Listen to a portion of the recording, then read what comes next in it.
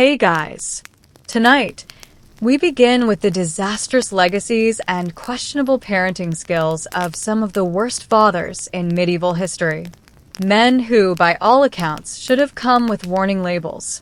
So, before you get comfortable, take a moment to like the video and subscribe, but only if you genuinely enjoy what I do here. And let me know in the comments where you're tuning in from and what time it is for you.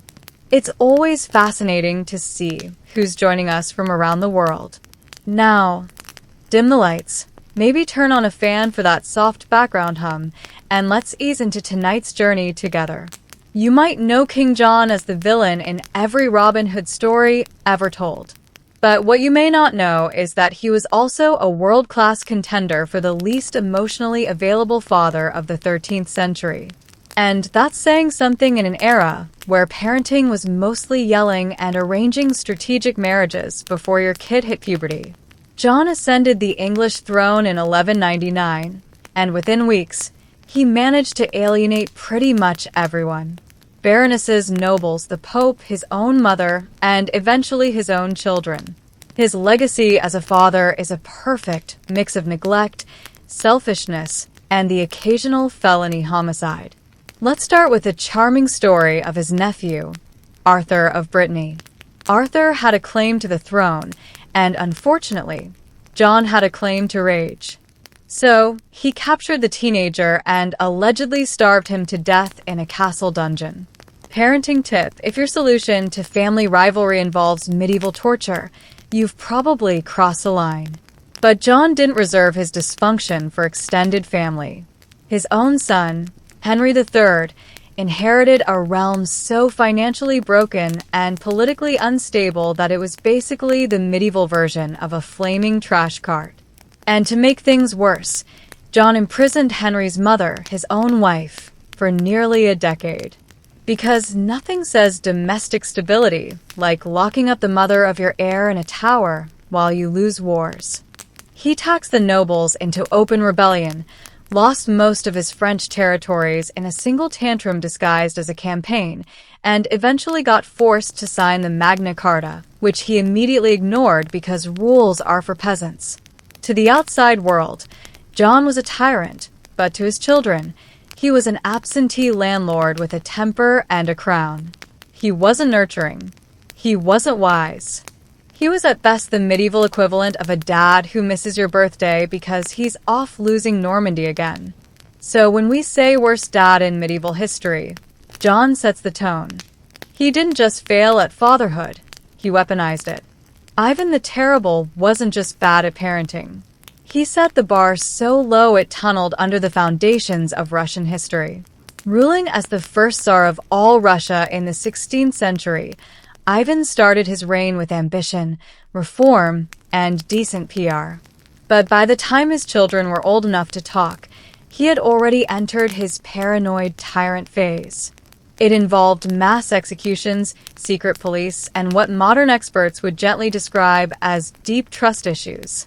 He fathered several children, but his relationship with his eldest son, also named Ivan, was the kind of disaster that makes modern therapy bills look like charity.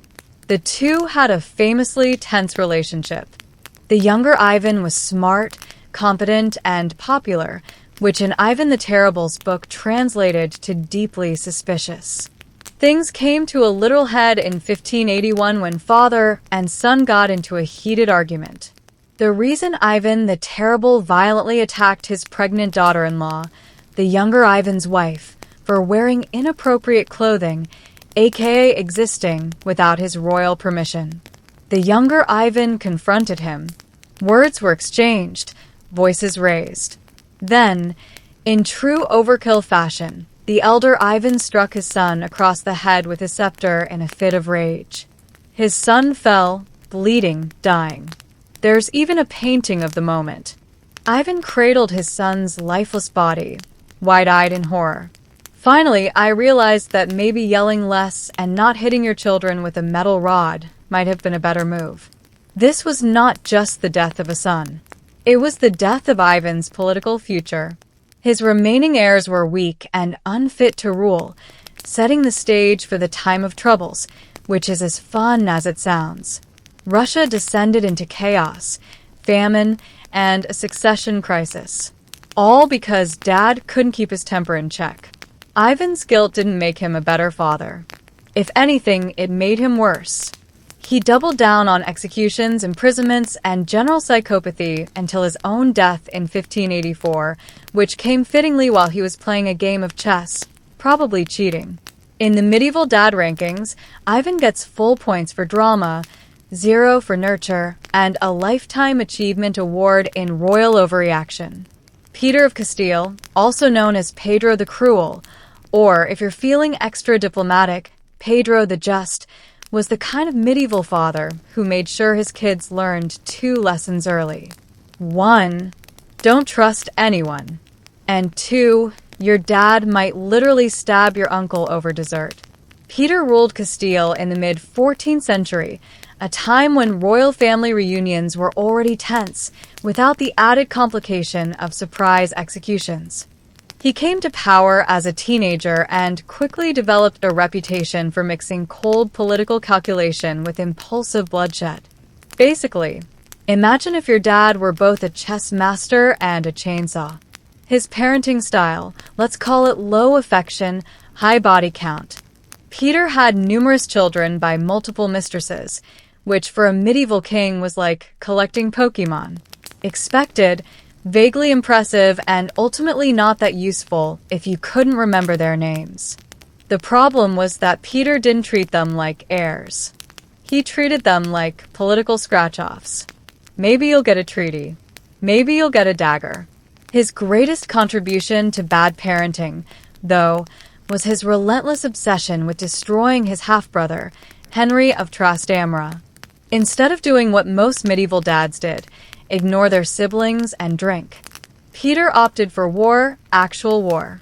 He blamed Henry for treason, conspiracies, and the general misalignment of the stars. And he didn't stop at petty insults. In a real family dinner gone wrong moment, Peter personally stabbed another half-brother, Fadri, during a staged reconciliation. Let's hug it out. Apparently meant, let me hug you, with a sword. So, where does this leave his kids? Scattered, disinherited, or imprisoned. Some were declared illegitimate. Others were married off like unwanted fruit baskets.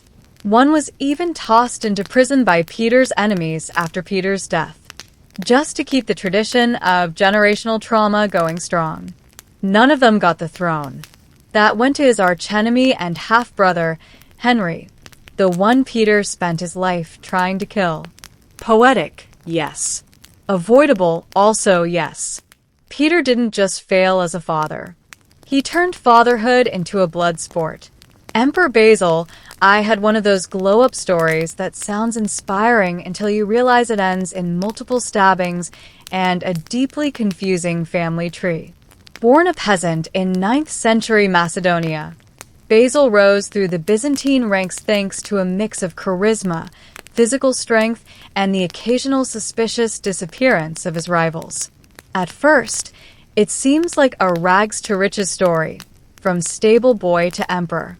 But somewhere along the way, Basil read the parenting manual upside down and decided that emotional bonding was optional and assassination was just advanced family planning. Let's start with his rise. Basil cozied up to Emperor Michael III, allegedly becoming his wrestling partner, bodyguard, and possibly his lover. History gets a little blurry there. Michael eventually made Basil co-emperor, which was generous, if not fatally optimistic, because shortly after, Basil returned the favor by murdering Michael in his sleep and taking full control of the empire. Now, this alone doesn't make him a bad dad. That comes later with Leo V, Basil's supposed son. And I say supposed because Basil never quite believed it. Leo was born while Empress Eudokia was still very close to Michael III, which led Basil to do what any paranoid emperor would do: raise the boy with a toxic mix of suspicion, rage, and emotional detachment so thick it could be used to build fortresses. Basil constantly undermined Leo, publicly questioned his legitimacy, and basically made every father-son interaction feel like a live episode of Who's the Real Dad? Medieval edition. When Leo tried to study philosophy, Basil banned books. When Leo showed signs of leadership, Basil responded by imprisoning his friends and treating him like a political threat instead of, his child. And then, to top it all off, Basil had Leo's closest advisor tortured just to send a message. That message being, I am deeply unwell and should not have children. By the time Basil died in a freak hunting accident involving a stag and a servant's belt. Yes, really. Leo reportedly mourned with all the enthusiasm of someone attending a tax seminar. Basil, an excellent climber. Terrible dad. He built an empire but couldn't build a functioning relationship with his own son. Philip IV of France, also known as Philip the Fair, not for his personality but for his cheekbones, ruled in the late 13th and early 14th centuries. And if there's one thing historians agree on, it's that Philip's parenting style made a stone wall look emotionally available. Philip was calculated, intense, and famously silent. His court was cold, disciplined, and efficient, like an early prototype for a corporate office where hugs were strictly prohibited and birthday cards were punishable by exile. He had 4 children, 3 sons and a daughter. And while he technically provided them with crowns, castles, and tutors, affection was less common. Think HR performance review energy, but with royal titles. But Philip's true claim to terrible dad fame lies in what became known as the Turdinel affair. A scandal so messy it nearly tore the Capetian dynasty apart. Here's how it went. Philip's only daughter, Isabella, the future she-wolf of France, married Edward II of England and paid a visit home. During her stay, she noticed that 2 of her sisters-in-law, married to Philip's sons, seemed to be spending a little too much time with 2 knights from the same castle. Gossip turned into surveillance. Purses were swapped. Hairbrushes were found in the wrong bedroom. Isabella snitched. Philip acted, and when I say acted, I mean medieval CSI. He had the women arrested, their lovers tortured until they confessed, and the knights executed in a particularly graphic and public way. The princesses were imprisoned permanently. 1 died in captivity. Another may have been quietly murdered. And the sons, well, Philip publicly shamed their wives, but didn't exactly give his boys a pass either. The scandal undermined the royal image, and Philip's response was to basically shut down emotionally and go back to micromanaging his coinage reforms. He never rebuilt trust with his family, never mended the broken marriages. He just tightened control and glared harder. Classic Philip. In the end, all 3 of his sons became kings briefly and mostly disastrously. It turns out that when you raise your heirs in a loveless royal icebox, they don't exactly flourish. Charles VI of France started out with every intention of being a good king. He was handsome, athletic, and well-liked. People called him Charles the Beloved. Unfortunately, halfway through his reign, the nickname changed to Charles the Mad. And for once, medieval nicknames weren't exaggerating. It began with small things: memory lapses, paranoia, and the occasional screaming episode. Then came the infamous incident in 1392, when Charles suddenly turned on his own knights during a march and tried to murder them in the forest. He killed several men before being restrained, which was probably not the team-building exercise they'd hoped for.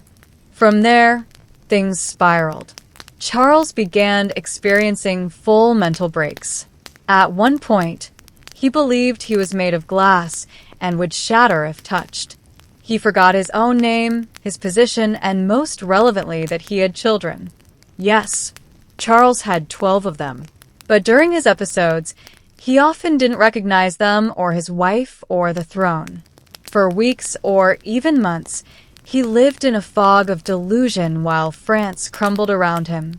Now, mental illness isn't inherently a crime, and Charles obviously suffered. But what earns him a spot in the medieval Bat Hall of Fame is what his breakdown did to his kids. With their father unfit to rule and their mother, Isabeau of Bavaria, constantly scrambling to keep the court functional, Charles's children became pawns in one of the ugliest power struggles in French history. Factions at court fought over who should control the king and, by extension, his children. His sons were shuffled around like royal luggage. His daughters were married off in desperate political alliances. One son, the future Charles II, grew up surrounded by betrayal, humiliation, and English armies. And his father offered nothing but catatonic silence. By the time Charles V died in 1422, France was in the middle of the 100 Years' War. Half the kingdom was occupied, and his son was fighting for legitimacy in a country that barely remembered what a stable monarchy looked like. Charles didn't intend to be a bad father, but his madness, denial, and absence left a vacuum, and his children grew up in the shadows of chaos. Sometimes the worst dad isn't the cruel one. Sometimes it's the one who's simply not there. Edward I of England, also known as Longshanks, was the kind of dad who believed in discipline, conquest, and absolutely zero hugs. He was tall, commanding, and terrifying in the way that only a medieval king with a temper and a sharp sword could be. He's famous for two things: building castles and breaking nations. He conquered Wales, waged war on Scotland, expelled the Jews from England, and probably kicked over your ancestors' favorite bucket just for looking at him sideways. But his greatest challenge wasn't on a battlefield. It was in the nursery. Enter his son, the future Edward II. Now, Edward II was everything Edward I was not. Sensitive, artistic, and emotionally expressive. He preferred music and poetry over military drills. He showed a concerning lack of interest in invading things. And worst of all, he surrounded himself with male companions that the court and his father did not approve of. This clash of personalities was a disaster waiting to happen. Edward I didn't just disapprove of his son's lifestyle, he was horrified. He frequently threatened to disinherit him. When Edward II refused to abandon his favorite companion, Piers Gaveston, his father exiled Gaveston and openly questioned whether his son was fit to rule. Imagine a father-son talk, where the father brings an army. In public, Edward I humiliated his son. In private, he was likely terrified of him. There's no record of heartfelt letters or meaningful bonding moments. Their version of quality time was sitting at opposite ends of a war council, glaring at each other. And when Edward I was dying in 1307, his final instructions weren't sentimental. They were militant. He ordered his bones to be carried into battle against the Scots if the war continued. Normal dad stuff. After his death, Edward II took the throne and promptly did everything his father would have hated. He brought Gaveston back, mismanaged the kingdom, and eventually got overthrown by his own wife and her lover. The bar was low, and he still tripped over it. John of Bohemia was many things. A king, a knight, a crusader, and, unfortunately for his children, an adrenaline junkie with a crown. Born in the early 14th century, John was one of those medieval dads who thought parenting meant leaving your kids a shiny title and several active war zones. He became King of Bohemia in 1310, married into power, and had multiple children, including his most famous son, Charles IV, future Holy Roman Emperor.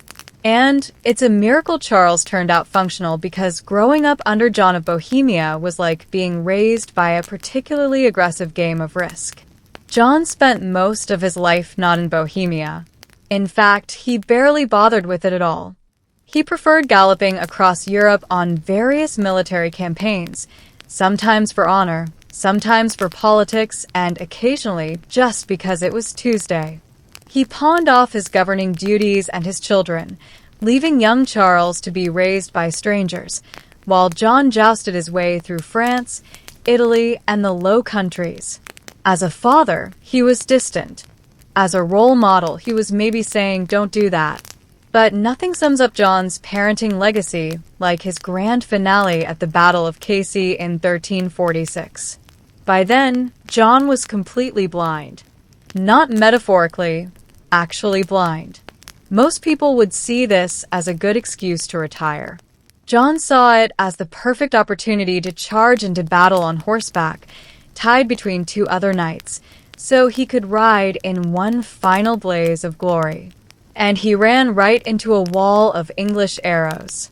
He died, obviously, but not before becoming a chivalric legend, and also leaving his teenage son to inherit a war-torn throne with zero preparation, no paternal guidance, and a legacy to live up to that literally included blind horse combat. John's idea of fatherhood was simple.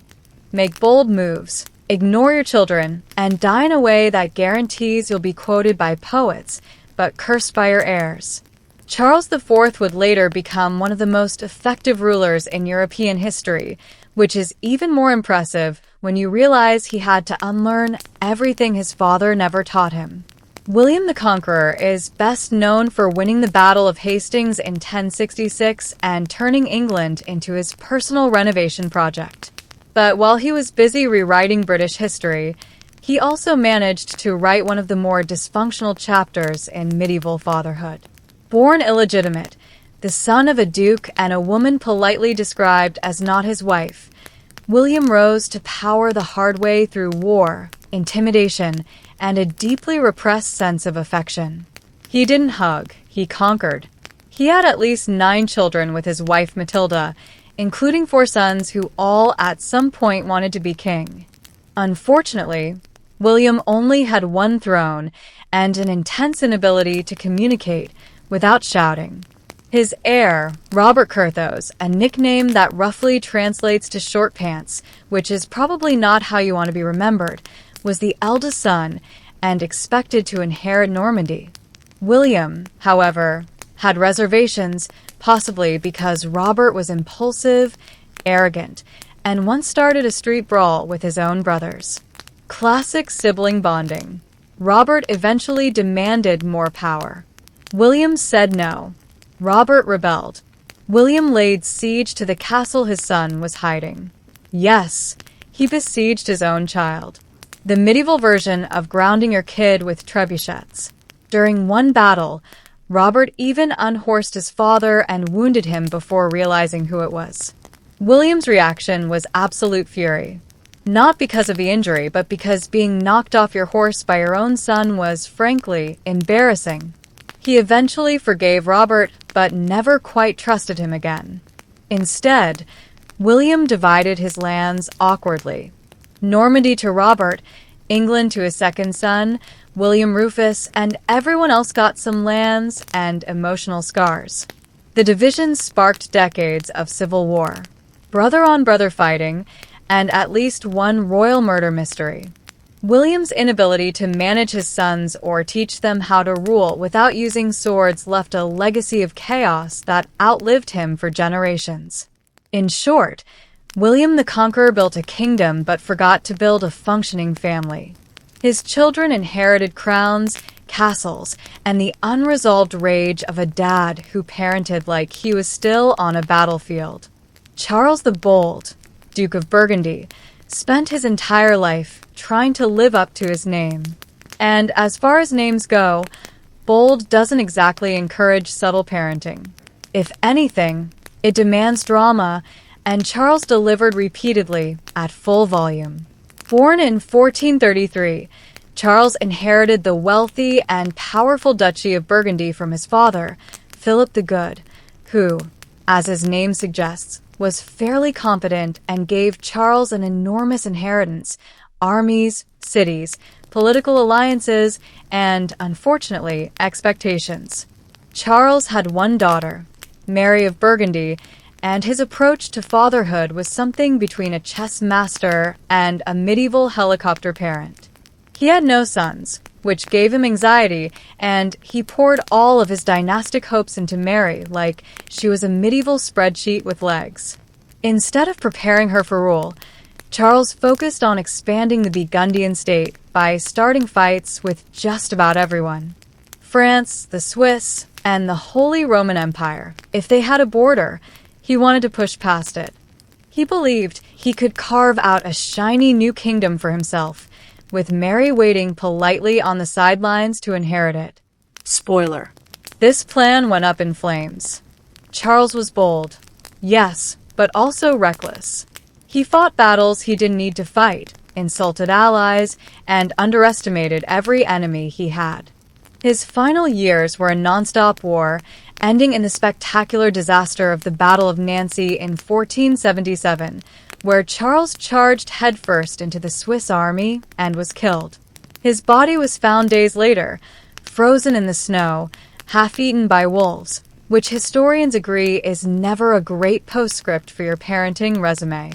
The real tragedy was that Mary, only 19, was left to clean up the mess. With no preparation, no solid alliances, and every major European power now circling like vultures, she was forced to marry into the Habsburg dynasty to survive. A move that changed the course of European history and made Burgundy a battlefield for centuries. Charles the Bold didn't leave his daughter a legacy. He left her a smoking diplomatic crater and an army of enemies. He wanted to be remembered as a king. Instead, he's remembered as a cautionary tale and possibly wolf food. If Alonso XI of Castile had been alive today, he'd have his own reality show, something like Keeping Up with the Illegitimates or The Royal Bachelor, Iberian edition. Ruling in the first half of the 14th century, Alonso was a skilled military leader who spent much of his reign fighting off Muslim forces in the Reconquista. On the battlefield, he was decisive and effective. At home, however, he was decisively disastrous as a father, especially if your name wasn't Leonor of Guzman. Let's explain. Alonso married Maria of Portugal, a proper royal match designed to keep Iberian alliances clean and politically efficient. But Alonso had zero interest in his wife. He had another woman in mind, Leonor of Guzman, a noble woman who quickly became his mistress, his confidant, and eventually the mother of 10 of his children. 10, not 2, not 4. 10, he was building his own soccer team on the side. These were not hidden children either. Alonso flaunted them at court. He gave them titles. He gave Leonor estates. He treated the whole thing like a medieval Instagram feed. Here's me with my mistress. Here's me promoting her sons. Here's my actual queen sulking in the background. Maria, understandably, did not appreciate this. The real problem came after Alonso's sudden death from the Black Death in 1350. His legitimate son with Maria, Peter I of Castile, later known as Peter the Cruel, spoiler alert, became king at the age of 15 and was furious about his father's favoritism. His first major act was avenging his mother. Peter had Leonor of Guzman arrested and later executed. Not politely, not discreetly. It was brutal and public.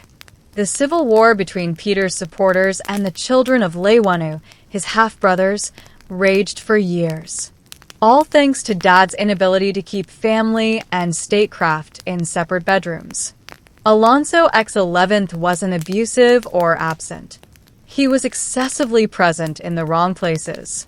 He loved his mistress, adored his illegitimate sons, and left his actual heir with nothing but resentment and a civil war waiting to happen. A strong king, yes, but as a father. Alfonso gets full points for reproduction, 0 for judgment, and a lifetime subscription to medieval family drama. Richard the Lionheart is one of those kings who got way more press than parenting time. Crowned King of England in 1189, he became a living legend for his role in the Third Crusade. All muscle, sword play, and dramatic poses on horseback. Unfortunately, while Richard was out winning glory in the Holy Land, he also won himself a spot on the list of worst medieval dads, mainly by not even trying. Now, technically, Richard never had any legitimate children, which some might say disqualifies him. But let's pause here. Having 0 legitimate kids was his decision. He was married to Berengaria of Navarre for years. They even spent a few days in the same room, but he showed roughly the same interest in her as he did in growing vegetables, distant, theoretical, and completely unwatered. He did have at least one illegitimate son, Philip of Cognac, whom he barely acknowledged and then conveniently forgot when it came to inheritance. A royal son with no lands, no titles, and no public recognition. Welcome to Richard's brand of fatherhood. Absentee, with a side of awkward silence. But let's say you count his role as uncle, brother, and son. Even there, Richard was a master of betrayal. He rebelled against his father, Henry II, tried to outmaneuver his brothers, and left the English treasury so drained by crusades spending and ransom payments that his brother John had to squeeze the peasants dry just to keep the lights on. In fact, while Richard spent only about 6 months of his 10-year reign actually in England, he did manage to drag the entire kingdom into his personal military fantasies. He may not have raised children, but he treated the nation like one, spoiled, ignored, and left to clean up after his messes. Philip of Cognac, his illegitimate son, disappears from history not long after Richard's death. No title, no land, no mention. Just another royal shadow forgotten by a father too busy being immortalized in tapestries. So yes, Richard could lead armies, inspire legends, and pose on coins like a god. But as a father, he couldn't even be bothered to write a will.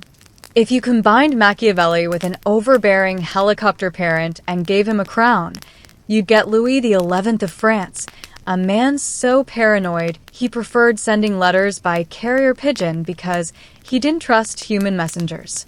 You know, perfectly normal dad energy.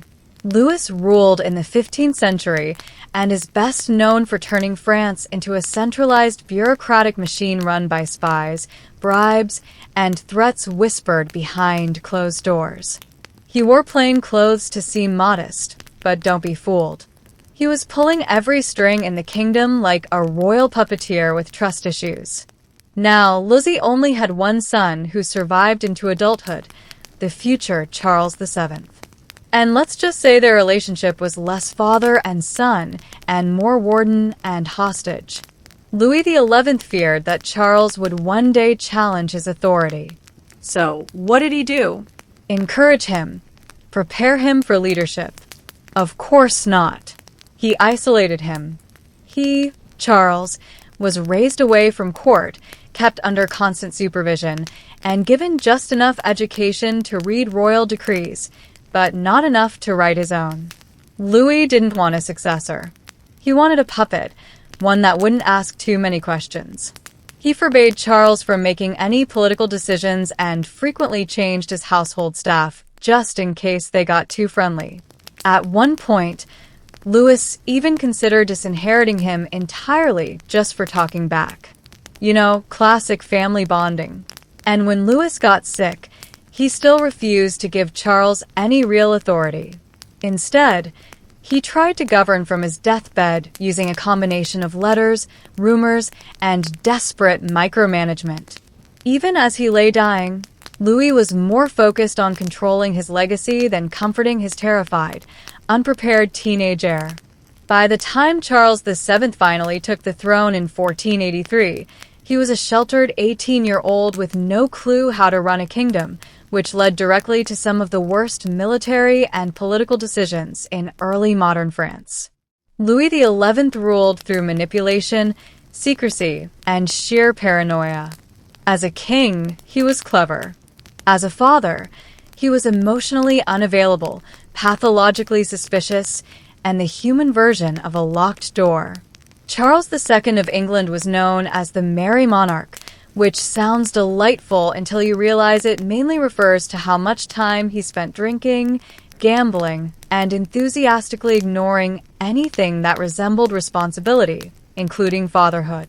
When Charles returned to the English throne in 1660 after years in exile and a rather unfortunate detour known as the English Civil War, the country was tired of Puritanism. So Charles brought the party back. Theaters reopened, wigs got taller, and court life became one long royal afterparty. And Charles got busy, not with governing, but with producing children. Despite being married to Queen Catherine of Banza, Charles never had any legitimate heirs. But that didn't stop him from becoming one of the most prolific baby makers in British royal history. He acknowledged at least 12 illegitimate children from 7 different mistresses, including actresses, duchesses, and one woman who once dressed up as a milkmaid to seduce him, because that was a thing, apparently. But acknowledging them is where his parenting largely ended. He gave them titles, Duke of this, Earl of that, and lavish allowances, then promptly left them to be raised by their mothers or well-paid nannies. Charles treated fatherhood like a real estate portfolio. Diversify, name them something fancy, and check in once a year if they don't cause a scandal. He was known to joke, "I am the father of my people and of many more." And he wasn't wrong. His sons and daughters populated European courts, stirred up dynastic tensions, and in at least one case, launched a rebellion.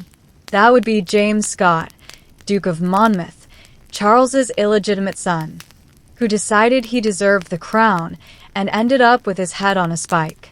Father-son bonding, royal edition. Charles never really mentored his children or prepared them for much beyond lavish titles and awkward paternity footnotes. His legacy as a father was a cocktail of charm, irresponsibility, and vague aristocratic smirking. He ruled during a time of recovery, scandal, and excess. And his parenting style was exactly that: excessive, decorative, and deeply avoidant. Louis XIV didn't just rule France. He embodied it. Known as the Sun King, he turned himself into a living deity in silk heels. Shining at the center of Europe while everyone else orbited him carefully, nervously, and preferably with powdered wigs. He reigned for 72 years, making him the longest reigning monarch in European history. That's a lot of time to build an empire, micromanage nobility, and, most relevant here, mess up your kids. Lizzie had one legitimate son, the Granda, and at least 16 illegitimate children by various mistresses. He later legitimized many of them because why not hand out nobility like party favors? Now, Louis wasn't an absent father. He was omnipresent. He hovered. He controlled everything. Think less of Dad reading you bedtime stories and more of Dad assigning you your political alliances before your voice changes. The Grand Dauphin, Louis's only legitimate male heir, grew up in the most luxurious prison imaginable, Versailles. Surrounded by marble, fountains, and spies, Louis didn't trust him with any real power, which is awkward when your job is literally next king. Every time the Dauphin tried to assert himself, Louis would gently remind him who the actual son in the room was by undermining his decisions, stalling his education, or just flat out ignoring his advice. The Dauphin never ruled. He died before his father, as did the Dauphin's son and his son. That's right. Louis XIV outlived 3 generations of heirs, partly because he insisted on bottling power so tightly that his family line suffered from emotional anemia.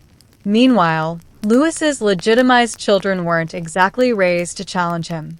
They were dressed up, paraded around, and used to marry into key noble houses, strategic pawns in silk shoes. Some of them were given absurd amounts of prestige. Others faded into the background. None were allowed to outshine him, and most never dared to try. Louis wasn't violent or negligent.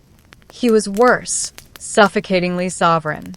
He raised sons and grandsons who bowed before him their entire lives and had no idea what to do once he was gone.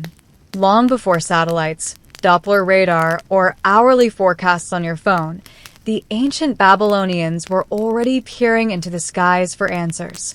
And not just out of idle curiosity. For them, predicting the weather wasn't a luxury. It was a matter of life and death. Crops, harvests, irrigation, and the very survival of cities along the Tigris and Euphrates rivers depended on how well these ancient people could read the signs of the heavens. Babylonian priests, known as Bu, took on the role of proto-astrologers. But their weather app was the open sky, and their data was written in clay literally. Thousands of cuneiform tablets unearthed from the ruins of cities like Nineveh and Babylon contain weather omens, sky patterns, and long-term observations passed down across generations. These weren't vague horoscopes either. These people cataloged what happened when clouds formed a certain way, or when lightning struck on a particular day of the month. A cloud forming in the west might mean a flood is coming, thunder heard from the north is a sign of war, and red skies at dusk are likely divine wrath, or at least a warning to prepare for crop failure. If a crescent moon glowed too brightly, it wasn't just pretty. It meant something serious, and the priests would consult older omens to decide what to do. But here's the twist. While it all sounds mystical, a surprising amount of it was based on observation and experience. Over centuries, the Babylonians noticed recurring weather patterns tied to lunar phases, planetary alignments, and solar events. Their weather omens evolved into probabilistic logic. If X happened in the sky, Y usually followed on the ground. And how did they track these phenomena? They climbed massive ziggurats, those iconic temple towers, where the views were unobstructed and ideal for spotting cloud formations, sunsets, lightning patterns, and celestial movements. Imagine standing at the top of a stone mountain, watching the horizon with trained eyes, looking not just for clouds but for messages from the gods. To the Babylonians, the weather wasn't just natural. It was political, spiritual, and terrifying. If your barley harvest failed because you missed a celestial omen, your people could starve and your city could fall. The pressure on these sky watchers is astronomical, literally.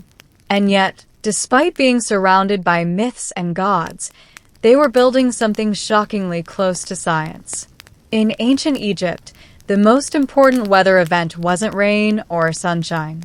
It was the annual flooding of the Nile. This flood was no disaster. It was salvation. Without it, crops wouldn't grow, fields would dry up, and famine would knock at the door. But it had to be timed just right. If it came too early, planting would be impossible. Too late, the growing season would be lost. So, how did the Egyptians know when the flood was coming? They looked up, not at clouds, but at stars. Specifically, the helical rising of Sirius, the brightest star in the night sky. Every year, just before dawn, Sirius would appear on the eastern horizon, rising just ahead of the sun. To the Egyptians, this wasn't just a beautiful sight. It was a celestial alarm clock. Within days of its appearance, the Nile would begin to swell. They didn't stumble upon this by accident. Egyptian priests, known as hour watchers, had spent centuries tracking Sirius and other stars from their temple observatories. They used tall columns marked with shadow lines, water clocks, and even small handheld instruments to measure time and stellar positions. Their goal wasn't abstract astronomy. It was agriculture. Lives depended on it. When Sirius rose, it also marked the Egyptian New Year, a sacred time of rebirth tied directly to the inundation. The gods, they believed, controlled this cosmic order. Sothis, the deified version of Sirius, was associated with Isis, the goddess of life and magic, who wept tears into the Nile, causing the flood. The mythology gave meaning, but the star gave the warning. Even their famous calendar system, based on 365 days, was built around these stellar observations. While other ancient cultures obsessed over the moon, Egyptians focused on solar and sidereal time, which allowed them to predict annual cycles with remarkable accuracy. And when the flood did arrive, it was measured using nilometers, stone columns placed in the river to monitor water levels. If the flood was too low, priests would warn of famine; too high, and they feared destruction. But when it was just right, pharaohs held festivals, praising the divine order of the heavens. In short, Egypt didn't rely on weather forecasts. They relied on a cosmic dance between stars, gods, and the river that gave them life. To predict the future, they simply waited for Sirius to rise. High in the rugged Andes, where the air is thin and the clouds cling to jagged peaks, ancient Andean farmers faced a brutal reality. Weather determined survival. But without stars clearly visible year-round or sprawling rivers like the Nile, they had to develop their own systems. And surprisingly, some of their most trusted meteorologists had four legs, fur, and hooves. In the Andean highlands, farmers carefully watched the behavior of llamas, alpacas, and even guinea pigs to detect coming weather shifts. If llamas rolled aggressively or changed their grazing patterns, that could mean a cold snap was on the way. When guinea pigs became more restless than usual, it was sometimes interpreted as a signal of incoming storms. The Andean people believed animals, being more attuned to the earth, could sense subtle environmental changes before humans could. But it wasn't just about animals. These communities, especially the Quetta and Amara peoples, combined animal observation with deep sky law and landscape awareness. For example, they would look to the Yanafuyu, or black clouds, dark patches in the Milky Way visible during certain seasons. These cloud-like silhouettes weren't made of stars, but of interstellar dust, and Andean sky watchers believed their shapes predicted rainfall. A larger llama shape in the sky meant plentiful water, a distorted or faint one. Drought was coming. They also examined the snow lines on nearby mountains. If the snow melted too fast, it could signal a dangerously dry season. If it clung to the peaks longer than usual, it might mean floods. The entire Andean worldview was based on reciprocity with nature. You didn't control the weather. You negotiated with it. Ceremonies and offerings like pagos alla tierra, payments to the earth, were performed to appease the spirits believed to inhabit the weather systems. Timing was everything. Corn and potato planting depended on precise seasonal cues. A few weeks off and the crops would freeze or rot. To Andean farmers, accuracy meant more than yield. It meant the difference between a full belly and famine.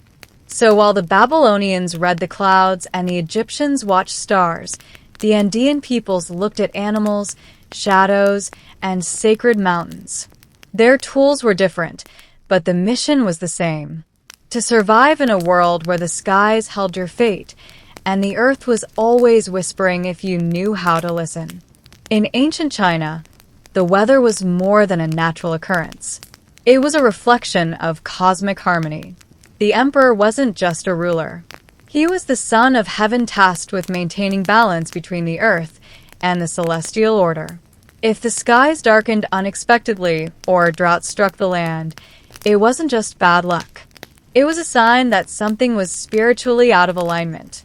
The stakes were both agricultural and political. Chinese weather prediction blended natural observation with philosophical cosmology. It all began with the 5 elements theory: wood, fire, earth, metal, and water, and the belief that these forces interacted with the yin and yang energies to influence everything, including the weather. A drought wasn't merely a dry spell. It meant an imbalance in the water element, a sudden storm, perhaps an excess of yang energy. But the Chinese didn't just theorize. They observed. Court astronomers and scholars meticulously recorded patterns in wind direction, cloud formations, seasonal temperatures, and rainfall. These records stretch back to at least the Shang dynasty around 1600 BC, when oracle bones were used to divine both royal affairs and climate conditions. Tortoise shells were cracked in fires, and the resulting lines were interpreted to predict rainfall or storms. Clouds were especially important. The ancient Chinese categorized them not as cumulus or cirrus, but as signs of the celestial dragons. Dragons represented the forces of water and weather, especially rain. A curling, snake-like cloud in the east meant good fortune and rain. Red clouds at dusk, on the other hand, were often seen as omens of war or unrest.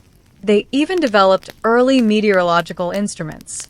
By the Han Dynasty, they were using water clocks and rudimentary wind vanes.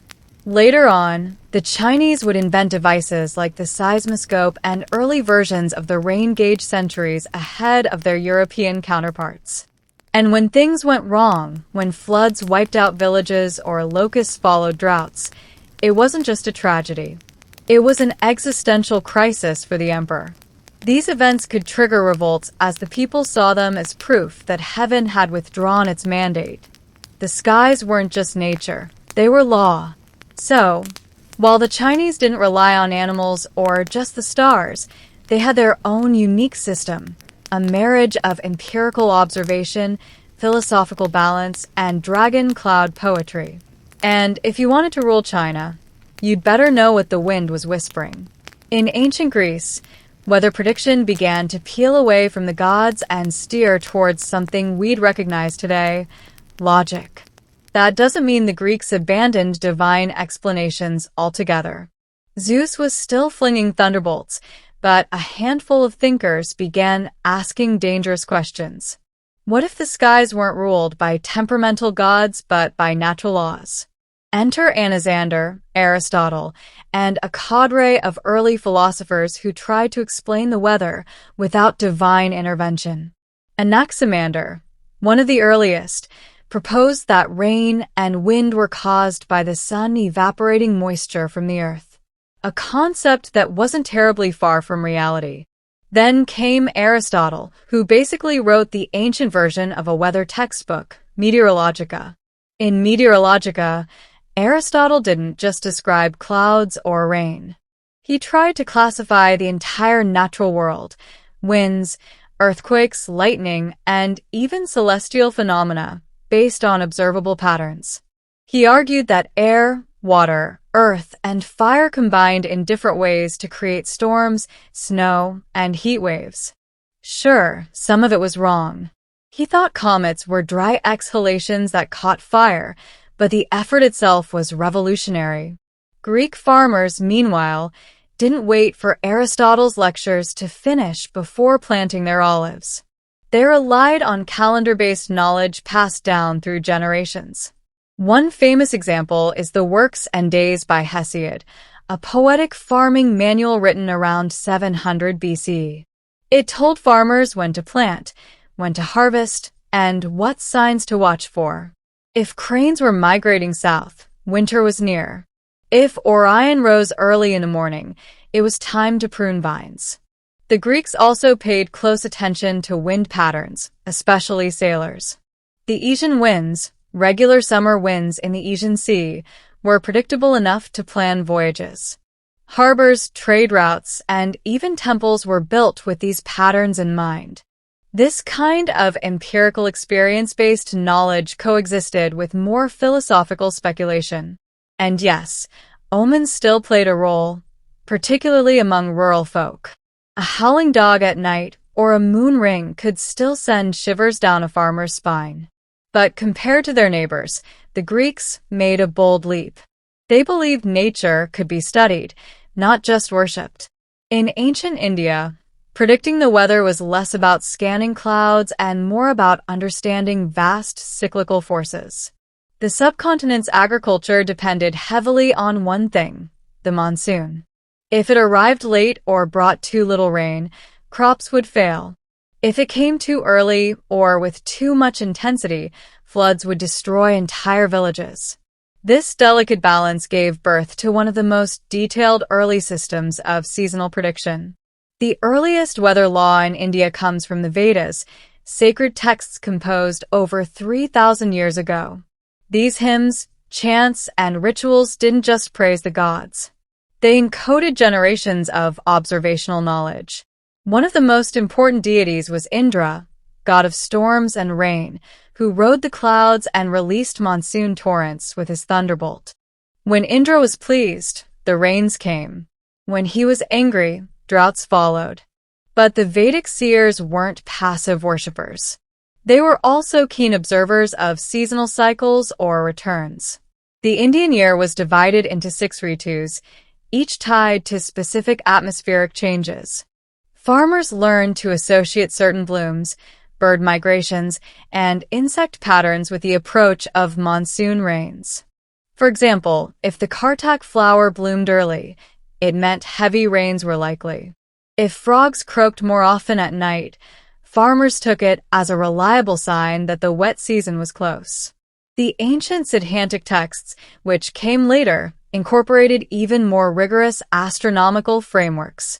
Scholars like Varahamihira, writing in the 6th century CE, compiled manuals that blended astrology, star movements, and environmental cues to forecast weather events. In his work Brahat Samhita, Varahamihira outlined over 100 indicators for predicting rain, ranging from the color of the sky at sunrise to the movements of snakes and ants. These weren't vague predictions either. Monsoon forecasting involved solar and lunar calendars, the study of planetary conjunctions, and long-term sky watching to find patterns. The goal wasn't just to understand the weather, but to live in harmony with it. Agriculture, temple construction, festivals, and even royal decisions were often timed with these seasonal insights. Across the vast and varied landscapes of North America, indigenous peoples developed deeply localized systems of weather prediction long before any European settler brought a barometer. From the Arctic tundra to the plains, deserts, and coastal forests, Native American tribes tuned into the environment with extraordinary precision. Because when you live off the land, forecasting is survival. There was no single uniform system across tribes. Of course, each community responded to its specific environment. For the Plains tribes, like the Lakota or Blackfoot, watching the behavior of buffalo herds was a key indicator. If the animals clustered tightly or changed grazing routes suddenly, a storm was believed to be imminent. In some cases, the way birds flew, particularly geese, hawks, or ravens, was used to predict seasonal shifts. A low, fast flight often meant a storm was approaching. A high meandering flight, fair weather.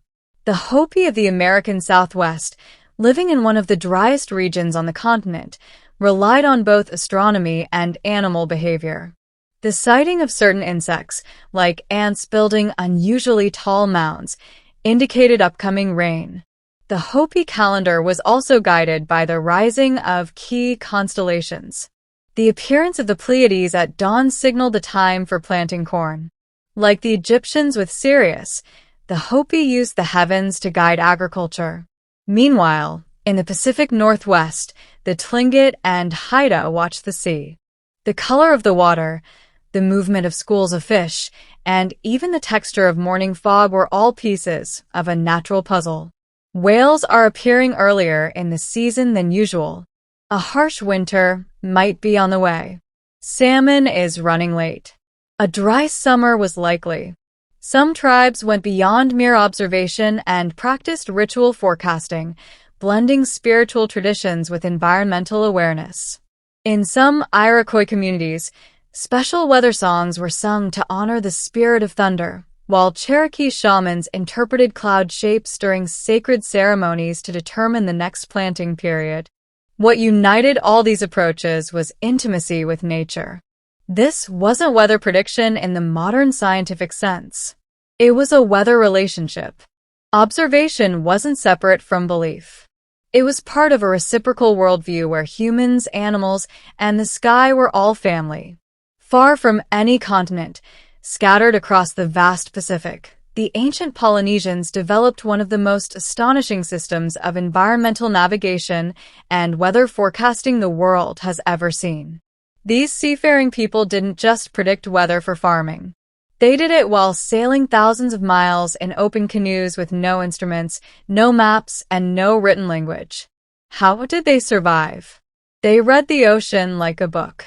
Polynesian navigators, or wayfinders, were trained from childhood to notice subtle changes in wind patterns, wave refraction, cloud formations, and even the flight paths of seabirds. A skilled navigator could tell a storm was coming not from thunderheads or dark skies, but from how the swells under the boat shifted slightly in rhythm. A sudden change in the scent of the air or the color of the horizon might mean a squall was approaching. Clouds were also crucial. Certain types of clouds, like cumulus clouds that formed over islands during the day, were used not just for locating land, but for anticipating local weather. If the cloud had a sharp vertical shape in the morning, it might mean clear skies. If it flattened and darkened toward evening, rain and rough seas could follow. And then there were the stars. Polynesians didn't just stargaze for beauty. They memorized the entire celestial sphere, learning dozens of star paths that helped them judge their location and orientation. But those same stars also gave hints about the seasons. When Antares rose just before dawn, it signaled the approach of the cyclone season in parts of the South Pacific. Star risings and settings were carefully correlated with wind shifts and rainfall patterns. Their knowledge wasn't written. It was embedded in chants, songs, and oral stories. Learning to navigate was less about formulas and more about absorbing patterns, repeating them until they became second nature. These living maps included weather signs as part of the route. Even ocean color was a cue. A sudden shift from deep blue to greenish water might signal a coral reef or shallows, but also warmer currents and increased storm potential. Every detail mattered. Every change in nature was a message. As modern humans scroll through weather apps and glance at satellite images before stepping outside, it's easy to forget that for most of history, the weather wasn't predicted. It was felt, observed, and feared. And yet, across the ancient world, from Babylon to the Andes, people managed to build entire systems of survival from what they could read in the skies, the soil, the stars, and even the animals around them. What united all these ancient forecasting traditions was intimacy. Whether it was a Babylonian priest standing atop a ziggurat interpreting thunder, or an Andean farmer watching a llama's behavior, weather prediction wasn't some distant scientific abstraction. It was personal, it was ancestral, and it was urgent. Modern meteorology, built on physics, data models, and technology, owes a surprising debt to these ancient systems. The Egyptians tied the rising of Sirius to the Nile's flood, essentially discovering a seasonal astronomical trigger. The Chinese tracked wind patterns and categorized cloud types. Indian scholars documented climate behaviors with alarming precision in texts still studied today. Even Aristotle's Meteorologica, despite its flaws, became foundational in Western thought for centuries. But perhaps the most enduring lesson from the ancients isn't about accuracy. It's about attunement. These civilizations didn't just predict the weather. They respected it. They wove it into religion, ritual, poetry, and politics. Weather wasn't just something that happened. It was something that spoke. And that worldview might be worth reclaiming. As we face a modern climate crisis, rising temperatures, erratic rainfall, and disappearing seasons, we might do well to borrow a bit of that ancient humility. The Babylonians didn't think they controlled the skies. The Polynesians didn't try to dominate the ocean. They adapted, listened, and treated nature as a partner, not a problem. Today's forecast can tell us if it'll rain next Thursday, but they can't tell us how to live with the land or how to pass that knowledge down through stories, songs, and signs. The ancients knew something we've largely forgotten. That survival isn't just about knowing the weather. It's about belonging to it. By the year 44 BC, Julius Caesar was the most powerful man in the Roman world and possibly the most dangerous. He wasn't born a king, but he acted like one. His meteoric rise from a bankrupt aristocrat to the apex of Roman politics had been paved with cunning military brilliance and just the right amount of ruthless charm. His greatest military achievement, the conquest of Gaul, turned him from a popular general into a living war god. For nearly a decade, Caesar had led Roman legions across what is now France, Belgium, and parts of Germany, amassing unimaginable wealth and loyal soldiers who would follow him into the underworld if he asked. When the Senate tried to strip him of command in 49 BC, Caesar didn't retire quietly. He crossed the Rubicon River, a literal act of treason, and marched on Rome. It was the point of no return. In the ensuing civil war, he crushed his rival Pompey, scattered the Senate's forces, and eventually returned home to Rome, not just as a victor, but as a ruler. He was granted the title Dictator Perpetuus, or dictator in perpetuity, a term that made traditionalists squirm. This wasn't just a temporary emergency measure. This was permanent, and that was a problem. Once back in power, Caesar began to reshape the state. He expanded the Senate, but filled it with loyalists. He reduced debts, restructured the calendar into what would become the Julian system, and offered citizenship to foreigners. He acted quickly and boldly, cutting through the old bureaucracy like a blade. To the common people, he was a hero. To the Senate aristocracy, a warning siren. They watched nervously as Caesar paraded through Rome in a purple toga, a color reserved for royalty. They grimaced when he sat alone in a golden chair at the front of the Senate. Statues went up. Coins were minted with his face. Priests declared him a living god. At a public festival, Mark Antony even offered him a crown. Caesar refused, but only after dramatic hesitation. To his enemies, the signs were clear. Julius Caesar wasn't just consolidating power. He was laying the groundwork for a monarchy.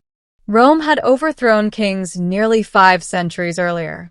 And now, with every passing day, it looked like the Republic was about to be reborn as something darker, crowned, and irreversible. While Caesar basked in glory, his enemies were sharpening their knives, figuratively at first, then quite literally. In the marbled halls of Roman villas and the smoky corners of taverns, whispers of discontent turned into concrete plans. To many senators, Caesar's concentration of power wasn't reform. It was tyranny. And tyrants, according to Roman tradition, could be removed permanently. The conspiracy didn't spring from the political fringes. It came from the heart of the Roman elite. Leading the charge was Gaius Cassius Longinus, a seasoned general and a bitter opponent of Caesar's centralization. But the real prize for the conspirators was someone far more symbolic. Marcus Junius Brutus. Brutus was no fringe radical. He was widely respected, famously stoic, and descended from Lucius Junius Brutus, the man who had helped expel Rome's last king centuries earlier. If Brutus joined the plot, it would no longer be treason. It would be tradition. At first, Brutus hesitated. Caesar had forgiven him for siding with Pompey during the Civil War and even treated him like a surrogate son. But that closeness only deepened Brutus' internal conflict. Was loyalty to Caesar more important than loyalty to Rome? Cassius played on that tension skillfully, feeding Brutus flattery, logic, and just enough guilt to tip the scales. By early March, the core conspiracy group had grown to over 60 senators, including men who had previously enjoyed Caesar's favor. Some were driven by ideology, others by personal grudges or fear of losing influence. But they were all united by one belief. Caesar had gone too far, and the Republic could not survive his reign. They began meeting secretly in private homes and temples, debating the method, the moment, and most importantly, the message. Caesar was set to leave Rome in a few weeks for a campaign in Parthia. If they didn't act soon, They feared he'd never return or return with more power than ever. The window was closing. A public assassination would be risky, but it would also be symbolic. And what better place than the theater of Pompey, where the Senate would meet on the Ides of March, March 15th. They chose daggers, not swords. Speed and surprise would be their only advantages. The conspirators were ready. The Republic, they told themselves, would be saved. What they didn't know is that they were about to plunge into blood, chaos, and civil war. The morning of March 15th, 44 BC. The Ides of March began like any other, except that Rome itself seemed tense. The air was heavy with rumors. Strange omens had reportedly occurred. Storms, ghostly apparitions, and animals acting erratically. According to later accounts, Caesar's own wife, Calpurnia, had nightmares of his murder and begged him not to go to the Senate meeting that day. For a moment, he actually listened. He stayed home.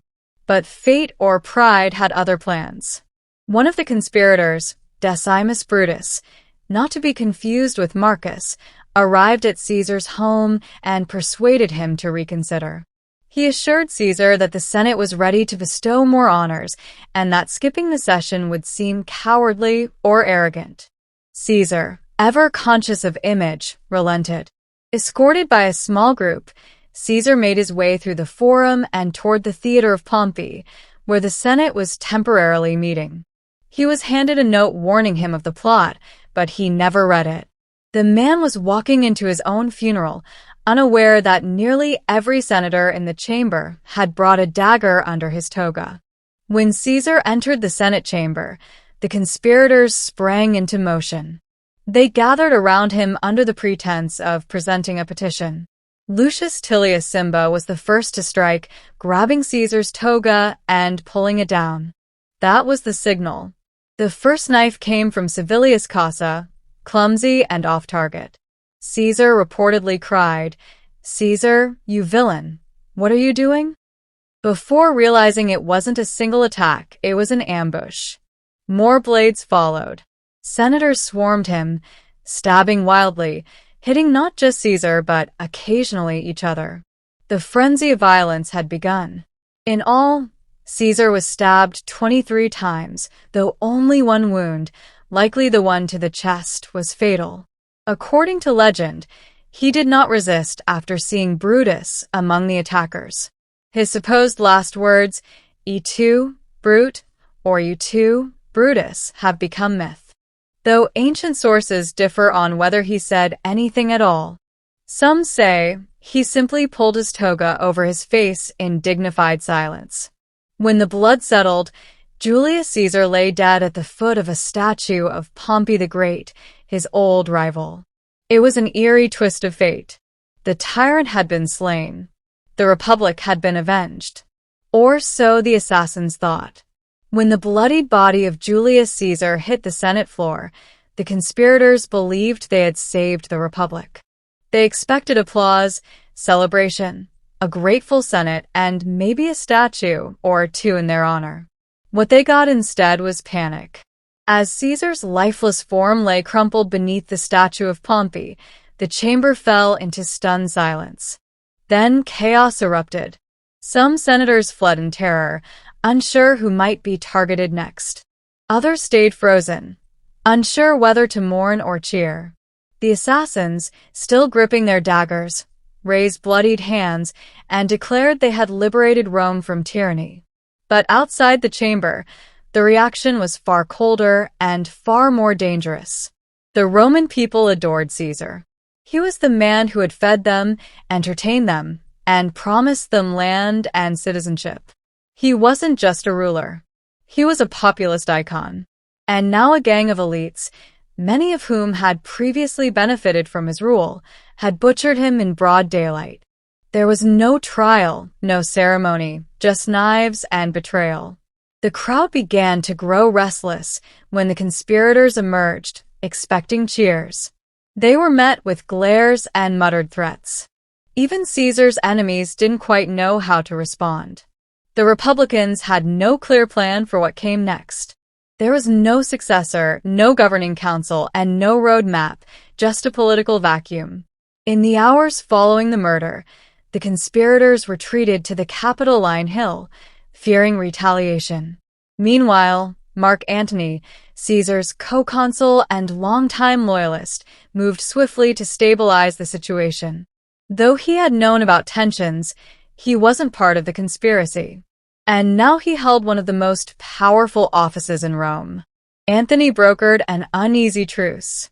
The Senate would not punish the assassins, and in exchange, Caesar's laws and appointments would remain intact. It was a delicate compromise meant to prevent civil war. But it didn't calm the people. It only delayed the explosion. Caesar's will was unsealed, revealing unexpected news. He had posthumously adopted his grandnephew, Gaius Octavius, later known as Augustus, as his heir.